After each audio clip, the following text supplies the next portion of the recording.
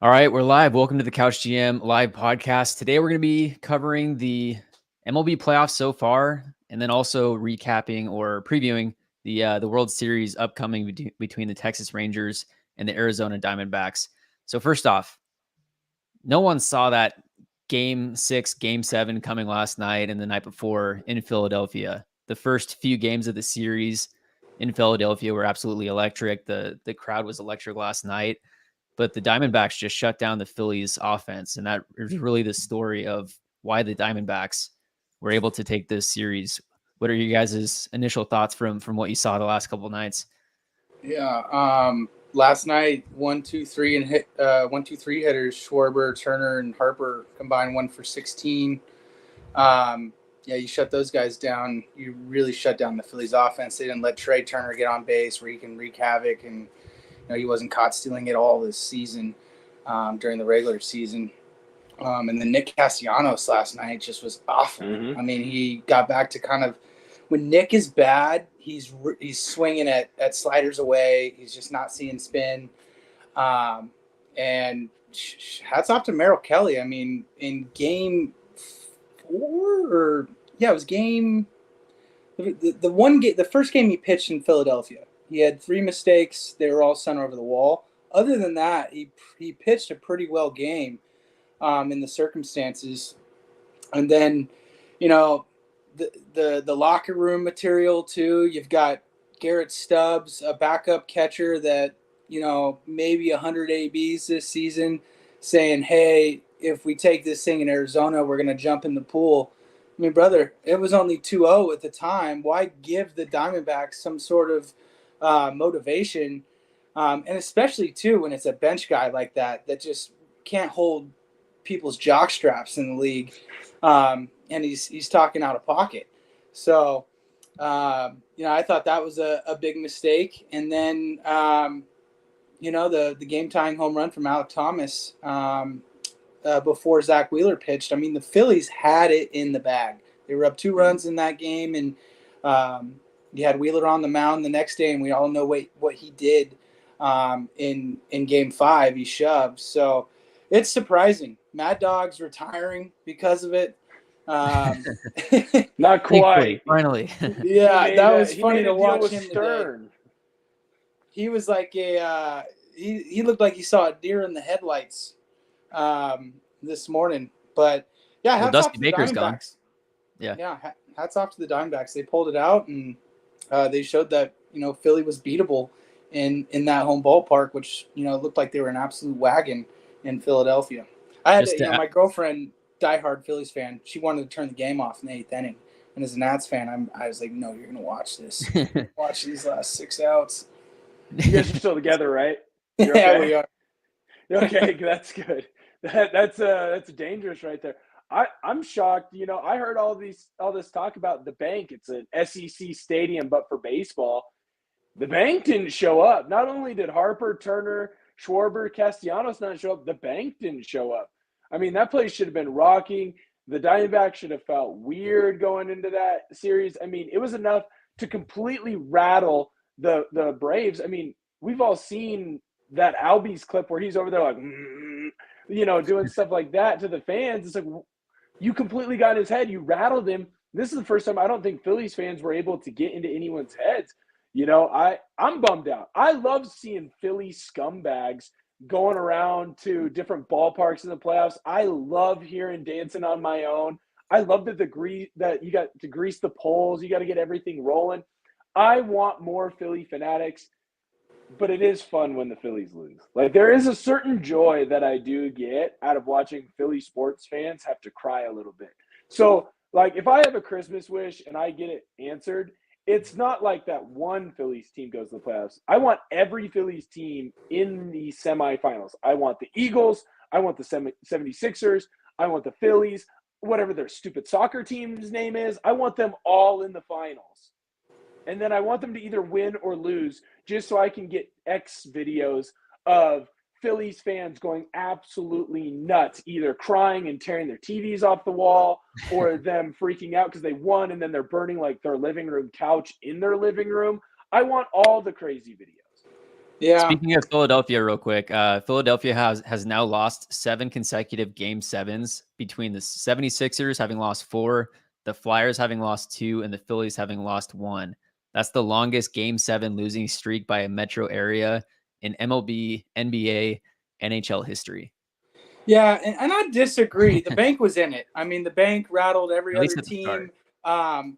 They were there from the start, but when your team Didn't gets knock them jumped off. on, when your team gets jumped on like that, it's tough to cheer, you know. So the Diamondbacks, the biggest thing for them going into game 6 and 7 was to score early to take the crowd out of it. You know, I was at the 2019 World Series, all 3 home games for the Nats, and that was the first series outside of this last Rangers and Astros series where every road team won each game of that series, and Nats fans brought it. The park was electric, but in the first inning, the Astros jumped on the Nats in each game and just effectively took the crowd out of it. So you go from being pumped up to having a large, anxious feel that 45,000 people are feeling. So, you know, hats off to the Diamondbacks. They scored early and took out the biggest home field advantage in baseball. And you saw Harper, I mean, he barely missed one that I believe would have been a 2-run home run last night. So that would have been a big moment. That had an exit velocity over 106 miles, and it was an expected batting average over 700. So fly out at the wall. Yeah, got a little lucky there, but that's baseball for you in October. You know, whatever team's getting the most bounces, maybe that call that was a strike but called a ball.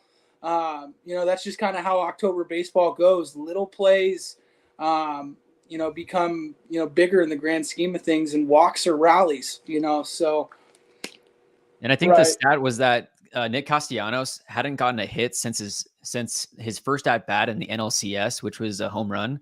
He was like 0 for 20 something up since that home run. He was lost at the plate from game 2 to whiffing 7. everything.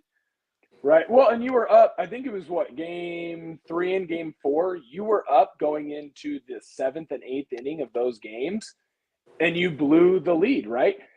I saw it somewhere, and it was on X, Twitter, whatever, right? And it was up, and that a team doesn't blow this game and then win a championship. And at the time, I was like, how can you say that? That you can't just say that. You don't. Who cares if they blew game 3 if they win 4 and 5? But it almost was kind of an omen, like you were so close, but you just couldn't finish it at the end of those 2 games. And if you finish just one of those games, you don't even go back and play at the bank, right? Because you win game 5. So I think it's a little bit of an omen of you can't let games go by the wayside and just go, it's okay. Like, we lost game 3, we'll get them in game 4. We lost game 4, we're going to get them game 5, and we got 2 at the bank. Like, you got to jump on teams, and for God's sakes, don't play Kimbrel in the playoffs. Don't do it. He is horrific. He looks stupid, first of all, when he's good, in the stupid pterodactyl thing that he does like this. But when he's losing, that's got to be the most hated man in all of Philadelphia. Yeah, and I think the other thing, too, was Corbin Carroll finally showed up. He looked super tentative in game 1 and game 2 on the base pass. He looked uncomfortable in the first couple games, wasn't getting a read. I mean, this is a guy that's still over 50 bases in baseball. He's going to be the rookie of the year. And, you know, he finally got himself into a groove. And then last night goes 3 for 4, hits 2 in, scores 2 runs, steals 2 bases. And when that guy's just dynamic at the top of an order. And what was crazy about it, too, is, you know, you think about the lefty-lefty matchup with him and Ranger. He was 3 for 3 off of him.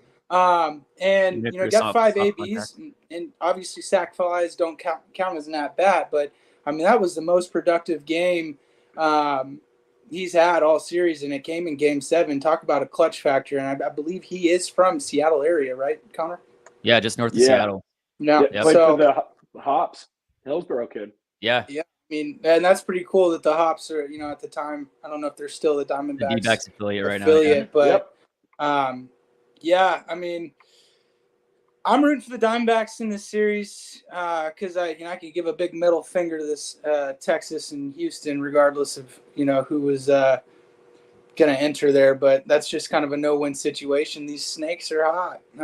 And you're going to have Zach Gallen going in game 1 and Merrill Kelly going game 2. And honestly, man, Brandon Pfaadt. I mean, he was dirty. No, there's certain His guys last that 2 outings. There's certain guys that you see in the postseason really take a step forward. And I got one example. It's on the hitting side of things, all the way back to 2016. Jose Ramirez of the Cleveland Guardians just erupted in that World Series run. Next year, he's a top 10 player. He has not skipped a beat since that season. So sometimes October you find guys, and some guys just rise to the occasion and break out. Brandon Pfaadt's going to look like a top 25 arm fantasy-wise next season. I mean, he's got the stuff, and he's arguably their best pitcher right now. And did you guys see Zach Allen's tweet? Yes, I did. Yes. He's a Cowboys fan that grew up in South Jersey, which is like a Eagles fan growing up in Dallas. Like, it's kind of wild. He grew up in the South Jersey area, and I'm sure he was loving giving it to Philly fans. Yeah, he was there trolling on Twitter. He sent a screenshot of Philly Spring Training 2024 saying, make sure to get those tickets for your next game. Also, he's helping fans find it. Yeah, right. See you in March. Also of note, so the Rangers and the Diamondbacks, 174 combined regular season wins is the fewest in a World Series matchup in MLB history aside from the shortened seasons. So as much as if there's any Mariners fans listening out there, as much as we hate to see it, the teams' combined records with the Rangers and the Diamondbacks regular season, if you average it out, it's at like 53%. And we were talking beforehand that, DePoto's comments of, our goal is to win 54%. The Mariners won more than 54%. These teams that are now in the World Series are at 53 point something. I mean, it sucks to see, but you see his point. You just don't want to hear it. Right. It's the Billy Bean model, right? Like, if I get enough people to get on base enough amount of times, eventually I'm going to hit the jackpot. It hasn't happened yet, but eventually it does. But it also shows you, like, you just got to have a couple balls go your way and then have a bunch of pitchers and hitters that get hot in the right moment. I mean, if Kurt Suzuki doesn't lose a ball that's in the air, and it might not be Kurt Suzuki, but it was Suzuki for the Cubs. Thank you. Kurt Suzuki was a catcher for the A's. But if Suzuki doesn't lose that ball in the lights against the Braves and makes that catch, the Chicago Cubs win that game, and it's actually probably the Cubs who are in the playoffs and not the D-backs, right? So sometimes it's all just about getting into the dance and then getting hot. Like you guys said it already. You got a couple pitchers that got hot right now. Sewald looks like the best closer in the game. I mean, he's been absolutely nails in the bullpen. Once he comes in the ninth, they don't seem to give up any runs. And then you've got guys who, you got clutch hitting, and you've got a bunch of guys in that entire lineup that can steal a base whenever they want to or whenever they need to. So sometimes it's like, okay, you get a leadoff walk. Next pitch, you got a guy at second. It's a completely different inning, right? Where like the Phillies, Kyle Schwarber gets a walk. That dude ain't stealing jack, right? So every once in a while, you just kind of have to have a couple things go your way that you don't even have control over. And now all of a sudden you're 4 wins away from getting a ring and having a pretty big party. Yeah, and also part of it for the Diamondbacks was Ketel Marte. He was on a tear. He won NL CS MVP. He was so he has a 16-game hitting streak, which is the longest to start a postseason career. He's only played 16 postseason games, so he's got a hit in every postseason game. Pretty good average. Yeah, we'll see if he can keep that up. Also, another random stat: every team to beat the Brewers in the postseason has advanced to the World Series.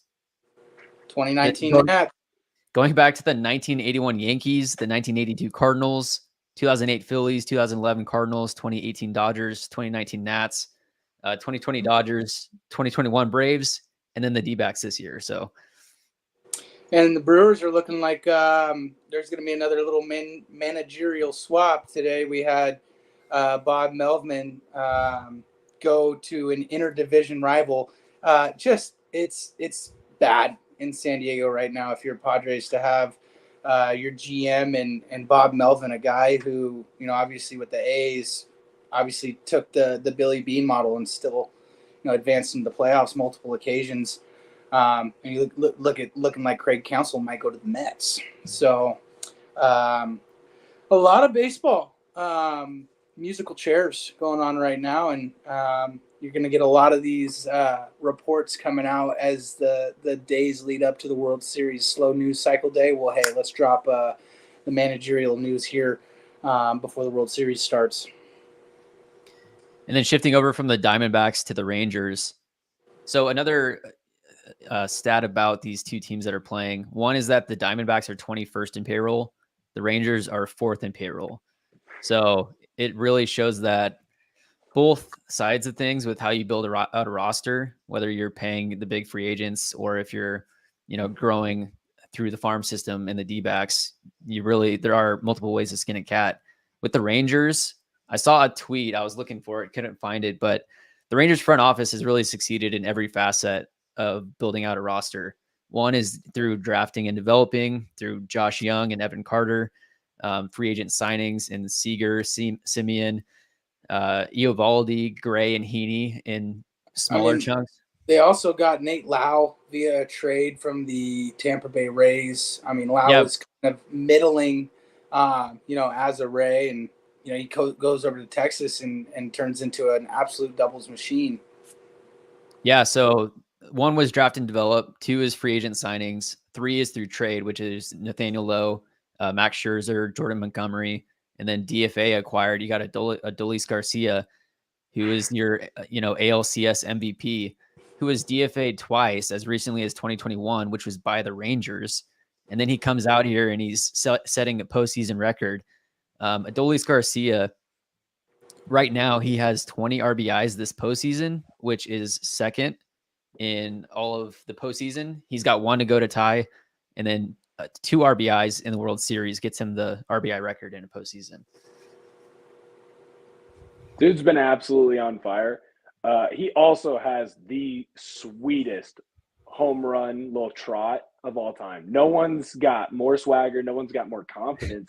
And honestly, at the plate in baseball, I really do think that's half the battle. You hit a home run early in a series, and now all of a sudden, Garcia goes from, and I know he's been a good player all year, but specifically in the postseason, he hits a home run early in each series that he's played in so far. And then all of a sudden he's raising his level up and up and up. And it's just like you had talked about earlier, Dylan, like sometimes you have these guys who pop off in the playoffs and then they become a big household name and they become a primetime player.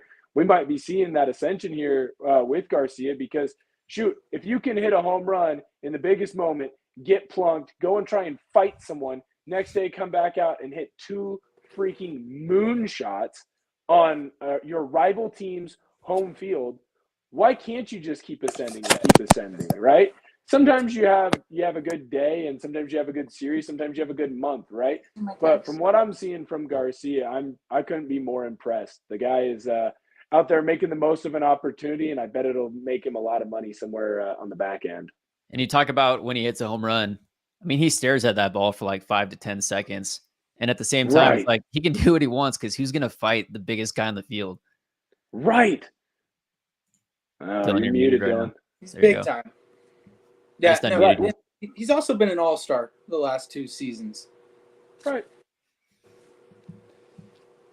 And then, so we had talked in our baseball group chat a bit about how the Cardinals. So the Cardinals have had Adolis Garcia. They've had Randy Arozarena. They've had Zach Gallen, Sandy Alcantara in their farm system. I also saw that they had obviously Jordan Montgomery. And then also both pitching coaches for the World Series teams are former Cardinals as well. So Cardinals are doing something right, just not in their organization when it matters for their organization, I guess. They had their championships. They're just spreading the love. They're good assist man now. So who are you guys taking in the World Series? Probably the Rangers in 6. Yeah, That's what I was gonna say. I really wanted the Phillies. I'll be contrarian. I'll go with the D-backs, but I think it'll take them 7. I think we get a game 7, the most beautiful game in all of sports. I just think the Rangers off like their main offensive cogs are much better and stronger than what the Diamondbacks can throw out. I mean, you got a top 4 of Simeon, Seager, Adalis, Nate Lau, Mitch Garver's been hitting the ball well. Over the core of Marte, Carroll, Christian Walker, and Tommy Pham's your fourth. So defensively, these are both top 7, top 8 defenses coming into this year in baseball. We'll see what the Rangers get from Max Scherzer this series. Obviously, he made his initial comeback from an injury that kept him out of the final months of the regular season. And it was mixed results in that first start back. And then obviously got the hook after 2 2/3 in game 7. But, if you can get one strong game out of that guy, you like your chances, winning one of those. And, Nate Eovaldi has proved to the entire league that he is a gamer in the playoffs. He had a great run with the Red Sox when they won that World Series in 2018. And, it's going to be interesting to see how the back end of that Rangers bullpen also holds up, because I think you're going to give the edge bullpen-wise right now to the Diamondbacks after what they've done, over the last 2 games in Philadelphia, where essentially they ran their relief corps from the 5th through the 9th. And, Jose Leclerc, Aroldis Chapman, a little bit sketchier on the Rangers side, but Leclerc's gotten the job done. Outside of the one mix-up in against the Astros. Watch out for that 103.7-mile-an-hour fastball from Aroldis Chapman. Hopefully he can try to get out of the way of that. What was that? Hopefully he gets it over the plate this time. Yeah. Yeah. I mean, I have Rangers in 6 also, just their offensive pieces, their pitching staff when they can. Eovaldi's, look good. Yeah, if Scherzer can bounce back. Jordan Montgomery has been fantastic in the playoffs so far. So it's going to be a lot of fun. The first 2 games are in Arlington starting on Friday. It's going to be an amazing matchup, and really one that no one really saw coming. But how nice is it to see the Astros lose, especially in the fashion that they did? For the second time in history, only twice in MLB history has the road team won every game of a best-of-7 series. Of course, Dylan knows that the last one was the 2019 World Series. I believe they won the World Series that year. I believe they did. Right. I'd have to check. And then the second time was this year, the Rangers in the ALCS. And the team that lost both of those series was the Astros. So you just love to see it. I hate it. I hate to see it. I'm just so sad for those Houston fans. The bummer is that Dusty Baker did retire. I am bummed that he is not in baseball anymore. Yeah, there's nothing better than Dusty. Can kick rocks. Not a Dusty fan. I like Dusty. He's got a great baseball name. It doesn't get better than he does. He's got a great baseball name. Was a great player in his own right, but great manager. Not managed well in the postseason for the Nationals. So also 0-4 in Game 7s all time. So he got Bruce Bochy's undefeated in do or die games. He's 6-0 now, I believe. Insane. Oh, he needs to leave then. It's like he's first year manager. How much does that change a team? Whole thing too with the Padres is Bochy wanted to come back and manage that group, and stuff coming out of the San Diego media this past week is he chose not to go strictly because of Preller being the GM there. So it seems like it's a big me problem up in the front office portion of things for the Padres. Let's just hope Jerry Dipoto can fleece Preller one more time before he's outed from the Padres. Yeah, Ty France, hey, he's that drive line. Hopefully he's going to switch up that swing a little bit. I mean, what they did for JP Crawford this past year, you'd hope they can do the same for France.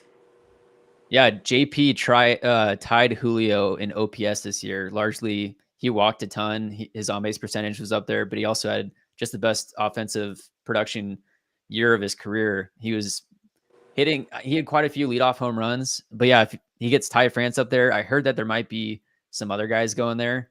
That's a great thing to see, because if we can get Ty France back to 2021, 2022 production levels, that makes a difference in those last few games, the week of the season.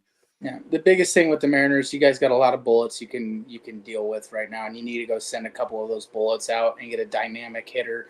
I see a lot of Mariners Twitter irritated at the idea of just taking a year of Juan Soto. Well, watch what the Diamondbacks did this year. If you can sneak in as a 5 or a 6 seed and your team gets hot, it's time to go for it. I mean, you guys have been waiting too long to just sit here and be like, well, I need my Rolodex of prospects. You just had 3 first in this past draft. Go out and get somebody that can change your lineup. So let me ask you this.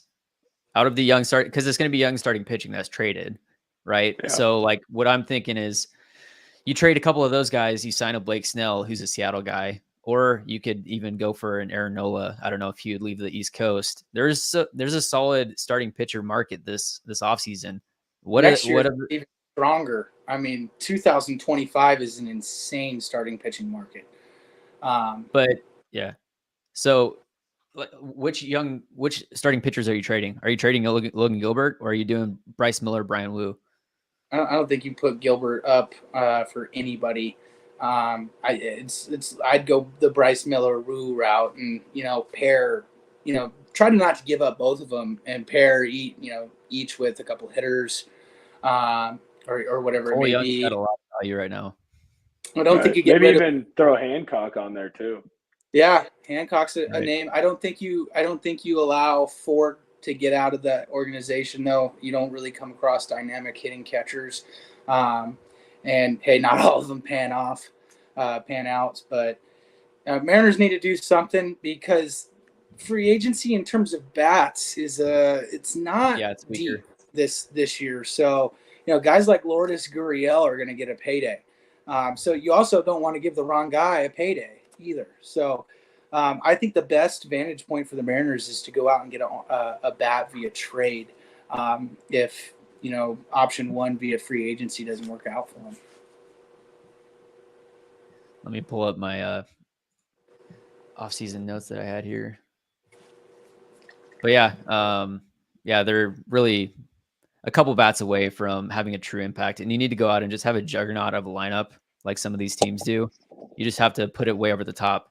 The pitching bit has been top 5 in all of baseball this year. Yeah, and that's something like you've got George Kirby was somewhere around like 23rd or something like that for most of the year, which is unacceptable. When you have George Kirby, Logan Gilbert, Luis Castillo, and then obviously, hey, Robbie Ray looking at a July return. I mean, there is too many arms in that stable to not go out and trade some of your core and get hitting that's either controllable for 1 to 3 years, and have a 2-year, 3-year window. And especially with the team-friendly contract with Julio, I mean, yeah, he's getting a lot of money, but in the realm of it, it's a pretty friendly deal for what he could possibly be. Yeah, I think you have to be careful of letting Dipoto. Like, I understand where Dipoto is coming from. I do, and I get that you hate it, right? Like 54%, like you don't love that. But I definitely think it's on fans, it's on management, it's on guys like Cal Raleigh and JP Crawford, who have vocally come out and opposed some of the things that Dipoto have said. They've actively come out and said, hey, we need more bats, we need more buy-in from the front office. Because it almost feels like there's this question that PMT always asks. Would you rather have 1 year where you win a title and then 50 years of you suck, or 50 years of you are right in the playoff hunt every year and 15 times you get to the Super Bowl, but you never win one, right? Because they always do it based on football. It almost feels like that is kind of the route that Dipoto is going, where if I set up a team that wins at 54% of the time, we're probably going to make the playoffs 80% of those times. Then maybe, we sneak our way, a couple of things go our way. All of a sudden, we get to like 3 or 4 World Series. If we win one, great. If we don't, I can come into Seattle because it hasn't been that successful. You had a 21-year run where you didn't make the playoffs, and I will be well liked. And it almost feels like we almost have to hold his feet to the fire, whether it's journalists, whether it's fans, whether it's players, whether, whoever it is. You have to hold his feet to the fire so that way he knows that it's not just acceptable, right? And it seems like ownership has made it clear that they're not necessarily going to be willing to pay top dollar for players. That's fine. You have to go out now and find players when they are young, a guy like Ryan Bliss, and try and turn him into the next star. You found Julio, you turned him into the next star. Can you keep going and finding those players or finding those guys off the trash heap and turning them into big time stars? And I know that's a big, tall task. And I know it's not something that we all want to necessarily go through. We want to have, Stanton go out and go get Shohei and go get a big bat when you need it.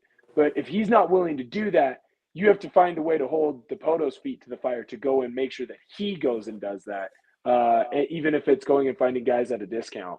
It's ownership. Seattle fans pack out this stadium. They show up to every free giveaway, free bobblehead. They keep putting money in Stanton's pockets. We're talking about a sport that doesn't have a salary cap, and you've got two dominant young arms. You got Julio Rodriguez. You've got a good catcher in Cal Raleigh, J.P. Crawford. I mean, it's ridiculous at this point what Mariners ownership is putting their fans through.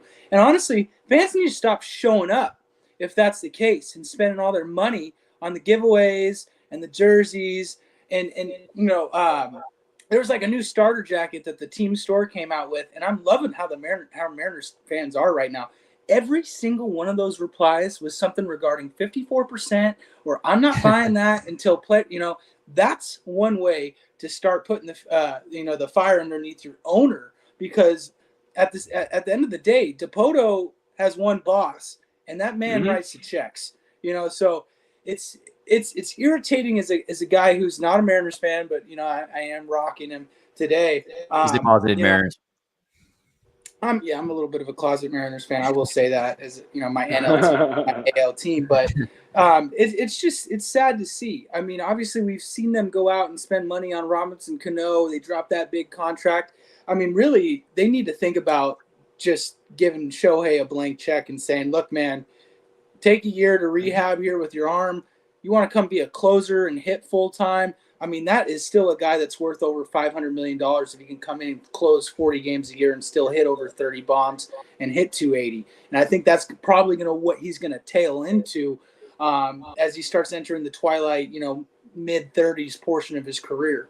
But Connor, I wanted to say thanks for having me on today. Will, it was good catching up with you guys, and looking forward to recapping the World Series and some of the weekend sports with you guys next week. All right, we'll have to do a live stream sometime for one of those games. Thanks for joining, Dylan. Appreciate it. Yeah, going back to Shohei real quick. I mean, no matter what type of contract you sign him to, he pays for himself no matter what. It's right. Like sales, attendance levels. You get an entirely different market. Additional outside of baseball, he's just an attraction that people will go to go see in person. There's no excuse not giving your all to go get him. And if the Mariners don't have a truly impactful roster heading into opening day next year, I think you'll see those shirts that you saw in Oakland this last year floating around the stadium. The hashtag sell shirts. Yeah. You got to be careful with that stuff. I'll be honest, because fans in Oakland stopped doing some stuff as a protest, and now they're gone. Right. So just be careful with that stuff. And then, maybe don't root for the ownership, but root for the players, root for the managers, root for the people that are in the organization that are not at the head. Right. I feel weird as a DePoto apologist. Like, I'm one of the few fans that are that, but I just understand. And I have this curse of being able to see both sides of like, well, fans will just go buy people, right? Well, look at the Mets. How did that work out for the Mets? Just because it worked out for the Rangers doesn't mean that it's going to work out for everybody, right? Because you can look at the Rangers and the Mets. The Rangers went out and they went and paid for those final 3 or 4 pieces. Well, the Mets tried to pay for everybody, and it didn't work out for them, right? So I think that there's a healthy balance, and I understand what Dipoto's saying. His message is bad. Like, his wording and his choice of how to use that messaging came out wrong. And so you hope that he learned from it this year and he goes out and he finds a way to find players. Because let's be honest here now, Dipoto has found and put a lot of good Mariner ball players on this team. You know, like when the trade happened, you didn't know Ty France was going to be good. You didn't know Munoz was going to be good. You know, the Munoz was irony coming is off the Tommy John surgery. right. Basically. The irony is that Kelnick was supposed to be the star, not Julio. Julio was Right. supposed to be kind of what Kelnick is, and Kelnick's supposed to be what Julio was. And that was like a big trade, but you know, at least Kelnick has turned into something manageable. I saw a big tweet. I'm sure you saw it. Big Seattle AM radio guy tweeted about Paul Sewald and how upset he was that Sewald was gone. And I get his sentiment, and I know that there's a lot of Mariner fans that are going to feel that.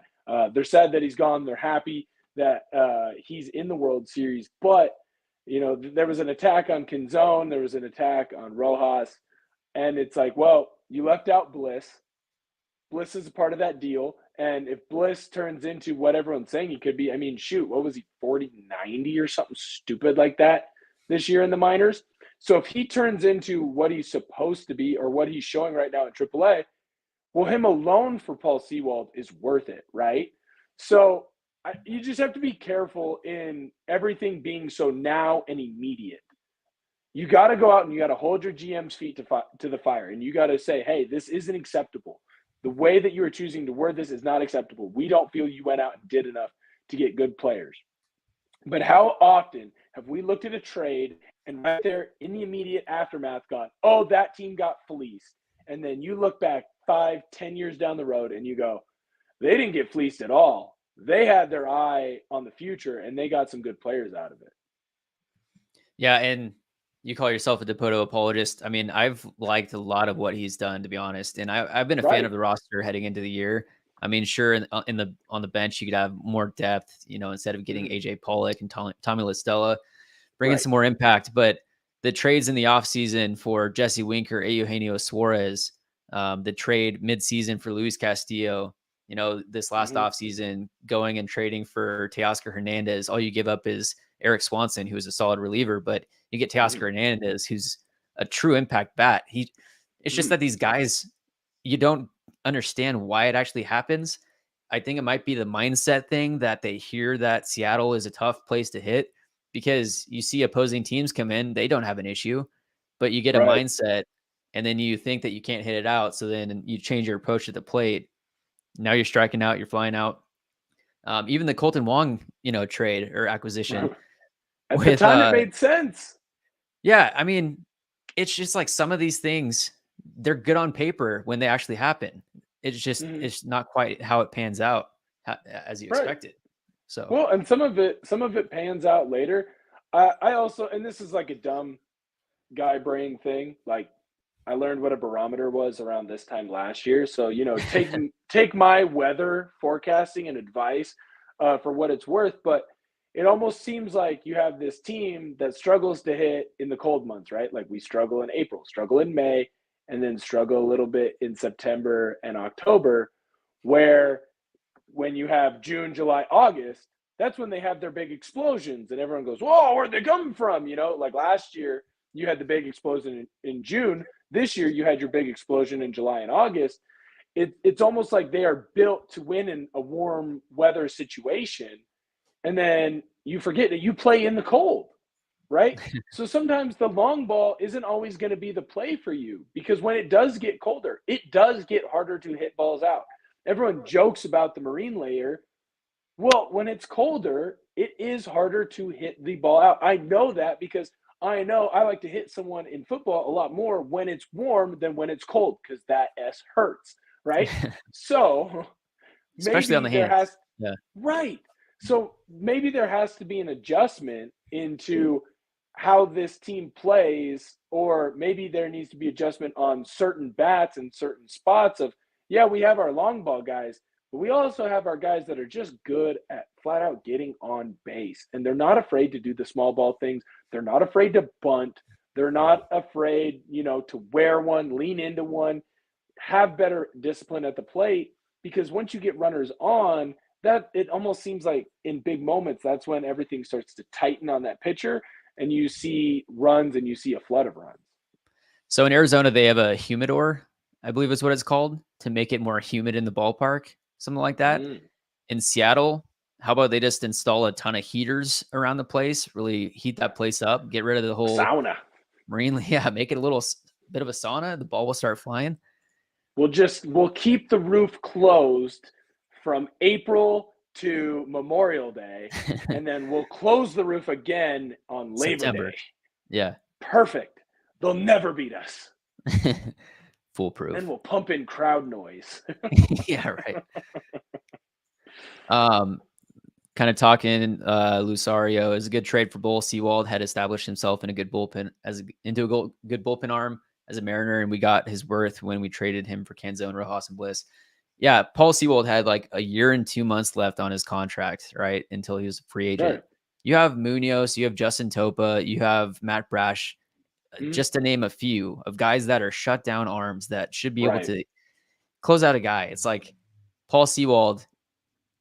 I don't know about the true clubhouse impact that he had. I could see how the veteran leadership could definitely help there. But when you're getting Dominic Canzone, Josh Rojas, and Ryan Bliss, at the time, Jared Kelnick was on the water cooler IL. So, I mean, that filled a few holes, and you don't want, Sam Haggerty. And I mean, I need to look at Katie Marlowe's numbers before he was sent back down. But who else? Oh, yeah. At the time, we still had Colton Wong. It's like, you put in Rojas and Canzone instead of a gap in the outfield and instead of Colton Wong. That's an immediate upgrade, really, no matter how you look at it. All you need to do is have them hit the ball a couple times a week, and you're pretty much filling up his spot. And then looking at Dominic Canzone's minor league numbers, you talk about Ryan Bliss's minor league numbers. Dominic Canzone might be the best potential impact bat long term. He just has minimum experience or exposure. In 71 games this year in AAA, Dominic Canzone, 304 plate appearances, batting .354 with a .431 on base percentage, .634 slugging, which is a 1.065 OPS. He's got 16 home runs. I mean, the dude can hit. You look back to when he was playing at Ohio State, he was consistently in the 330, 340 range with batting average. And batting average is exactly what this team needs. So if Dominic Canzone next year and hit above 300, I mean, that's exactly what you need. Right. So as time will tell. I remember 2 years ago, a lot of people were telling me that my Seahawks got fleeced when they traded their quarterback away. I think when you look back at it right now, I mean, Dan Orlovsky called it the worst trade in the history of the NFL. Now, I think Herschel Walker has something to say about that. But, when you look back at it 2 and 3 years later, what is the true value of the trade? If Ryan Bliss turns into what he could be and Canzone turns into what he can be, and frankly, from what I've seen from Canzone, I find it very promising, right? So if all those guys hit their potential and turn into what they could be, I mean, Rojas was even an upgrade at second base. So give it plenty of time. Maybe it'll be a good deal for everybody. If Sewald is their big-time closer and they're able to win this World Series, then, of course, this was the right trade for Arizona, and they'd make that trade 10 times out of 10. Shoot, if you told me that Canzone hits the game-winning home run in the World Series 3 years from now, I'd go, yeah, I'd make that trade 10 times out of 10, right? So time is going to tell. You just can't jump on it immediately, and we have this reaction as a society in general, but specifically as sports fans, to look at everything in this narrow-minded view and right here, right now, and we're not winning right now. This is why, and it's this person's fault, and this is where we went wrong. And it's just take a deep breath. It's going to work out, hopefully, and if it doesn't, then we can circle back to it in 3 or 4 years and go, hey, you messed that up. Let's talk about it. Let's hold you accountable. Going back to the trades for Eugenio Suarez, Jesse Winker, and then for Luis Castillo, at the time, I was throwing shade at the Reds GM, like, what is this guy doing? Mm-hmm. But then you look at him now. I mean, the Mariners had given up Levi Stout, Brandon Williams, Connor Phillips, Edwin Arroyo, Noelvi Marte, all these guys. And Yeah. now you look, the Reds, oh, here's this guy, Ellie De La Cruz, who decided to come up. And now the Reds are right on the fringe of the playoffs this year. And now they're a sustainable winner for the future. And so, Right. like, you look at it current day, this deal, oh, this sucks. But in reality, this might, this long term, it's huge for the franchise. 100%. Right. So don't jump off the bridge yet. There's plenty of time. Let it all play out. Here we got a question here. Would you rather have a lineup that can get on base consistently 1 through 9 but less power, or have a lineup that at times will struggle to get on base but hit for more power? Well, I would say definitely a lineup that would get on base more consistently. For the past few years, the Mariners have been built around striking out, walking, and home runs. And, really top to bottom, the Mariners had 3 guys in the top 9 this year with the most strikeouts in all of baseball. And that's fine for most of the game. But when you get into the crunch situations late in the ball game, you need someone to get on base or to get a hit. But instead, they're swinging for the fences. And the thing is, their approach is, even with 2 strikes, it's not like you're widening your stance and having a level swing. They're still swinging out of their shoes, trying to hit a 5-run home run, basically. And you just can't have that. So if you have guys that can get on base consistently, put pressure on the pitcher, steal some bases, if you get a bunch of slap singles, you're still scoring runs. If you strike out, you're striking out. Right. I couldn't agree more. I equate this to the NBA team that just chucks up a bunch of threes. Or actually, probably the better analogy is the college basketball team that chucks up a bunch of threes, right? Like when you have your guys on and they're hitting, you're exciting. You win a bunch of games, you blow people out. But the minute that you have a couple guys go cold, you struggle and you don't end up winning games. Your reliance when you go more power based is everyone is going to be hot at the same time, and we're going to hit home runs and we're going to win because everyone gets hot at the same time. Well, the problem is if everyone gets hot at the same time, they also get cold at the same time. And if everybody is cold at the same time in the playoffs, Philadelphia, you might have troubles getting guys on base because guys are swinging for a home run every single time. Look at this last Phillies game. In what was it, the 7th or the 8th inning, you had 2 runners on with 1 out, and you had 2 easy pop-ups to center field. Now, I'm not saying that Harper and Turner were sitting back there swinging for the fence every time, but you have to wonder if they just choked up and put something in play and tried to get, a little slap single into the outfield with Trey Turner's speed and with your base runner's speed on base, other than Schwarber, you got to like your chances a little bit more. Now, everybody loves the long ball, but is that what's going to win you in the long run? Right now, the Diamondbacks, they're making this run not off big home runs, but it's getting a guy on base, them stealing, and then getting clutch base hitting. So I think especially with the new rules, I really want consistent 1 through 9 hitting and less power. And out on top of that, even if guys, have a good walk percentage, you can't really produce a walk. A walk has to come to you. If a pitcher comes in there and he's painting the corners, pounding the strike zone, you're not going to be able to walk. You got to be able to put the bat on the ball. So the walks are, more so up to the pitcher missing versus to the hitter being able to do something about it. So, yeah. Great question. Yeah. We'll see what happens. And then, yeah, I mean, really, really excited to see the Rangers and the Diamondbacks, I guess, to kind of wrap it up.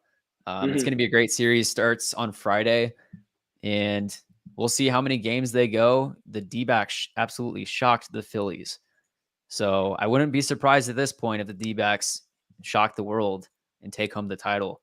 Mariners fans will love to see it with Paul Sewell getting his ring and getting his title, and really seeing an underdog team take it from one of the biggest payrolls, the 4th payroll in baseball. So, right. Well, and when you're hot, you're hot. There is something to be said about that. And right now, Arizona seems to be hot. Now they're running into a Texas Rangers team that They are as equally as hot. You know, they had to go through the wild card just like the Diamondbacks did. They had to go through the divisional. They had to go through the CS, just like the Diamondbacks did. But you know, we're actually probably going to see the answer to our question here, because this Rangers team is more built for power.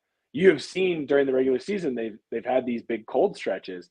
Not that Arizona has been immune to their cold stretches as well, right? But this Arizona team seems to be more built on getting on base and speed, and this Rangers team is more built on power. So, you know, you might get your answer here in this World Series. And are Connor and I right? Are we right on getting guys on base, and that'll lead to more wins in the long run? Or sometimes is it better to just swing as hard as you freaking can every single time and try and hit a home run? Typically, the team that scores the most runs will win. No So way. I hear. Yeah, so I hear. I don't know It's a about rumor that, on the but street. It's part of the new yeah. rules. Damn it, Manfred. This just in. You need more points. Need more runs. All right. Well, thank you all for watching and for commenting. Feel free to like and subscribe, share it with a friend, and we'll see you on the next stream.